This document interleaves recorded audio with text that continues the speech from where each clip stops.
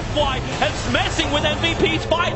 We do have the Aegis more triggering, which means QO will be back to all the living, and they look for the permanent stuns if they can get him, pounce up and away. QO into the trees, regenerating 134 life per second. Ice, no hook shot, and QO and KP, they just blink themselves and pounce away to safety. They bail out that VG fight. The moment I saw Spirit Breaker charging into that, I was like, there is no way they win this fight. And there wasn't. It seemed crazy to do it to the tier 3 tower. They still got the buyback out from Ice. It wasn't the worst trade, actually. I mean, they lose their Spirit Breaker Witch Doctor, and they use the Aegis, but they get a kill on Ice, they get a buyback. It's a net gold game for the Radiant, but all in all, probably they would have liked to get a little bit more out of that Aegis on QO.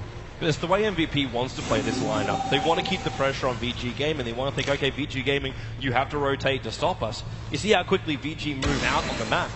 At this point, they're just trying to get a little bit more like vision, but you've got MVP that move out. QO starts farming up agents. KP starts pushing out top lane. They've got a couple of players now behind March, who's in mid. But they just try and make more of the map, and VG Gaming, I'm not saying they're scared on the map, but it doesn't really seem like they're that comfortable moving outside their own base right now, just because of how aggressive MVP are playing. It's nighttime. Slark owns right now. Yep. You're playing against a super farm Slark at nighttime with your 1,000 hit points support. It's not very fun. But with that said, Fenrir did manage to grab himself a Glimmer Cape. This is a very good item against the Slark. Of course, he's not carrying any detection. He does not have any stuns until he goes for a Basher into Abyssal build. And in that last fight as well, when I saw the charge in and QO pouncing into the cogs, I was like, okay, there's going to be a really good freezing field. Fenrir didn't have it skilled. He has it now, and he used it toward the end of the fight, got the level up from the first kill.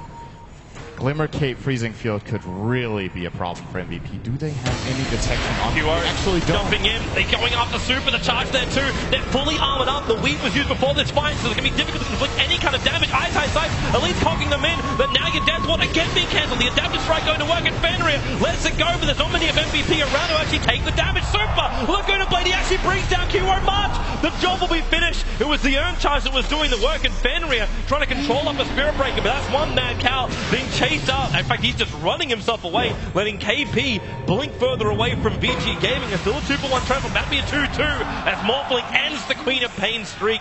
So much money in for Hal. At the end of that engagement, this is not the fight MVP wanted. They only got one kill. The Lina suicided at the end of that, so it's a really big win for VG Gaming. Hal can actually buy the full Skadi if he wants it now. So much. In fact, yep, there she is. The Morphling is now a real problem during